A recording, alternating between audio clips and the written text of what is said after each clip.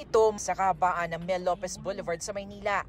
Ang mga lalaking ito, isa-isang kumukuha ng mga nakabalot na bagay mula sa isang truck.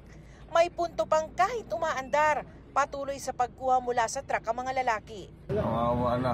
Ano yun, parang alambre. Ang mga jumper boys sa video agad natukoy at naaresto ng MPD Station 1 sa Tondo at iniharap kay Manila Mayor Isko Moreno. Taga-Caloocan ka pa? Dumayo ka pa rito, walang yaka.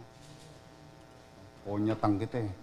Natukoy na mga rolyo ng alambre ang mga mistulang gulong na ninakaw mula sa truck. Sa tulong na rin ng mga barangay officials, naturo nila yung mga suspect na yon na nagsusugal doon sa tabi ng Mel Lopez Boulevard. Nakakuha tayo sa kanila nung improvised firearms. Magkano mo nabenta?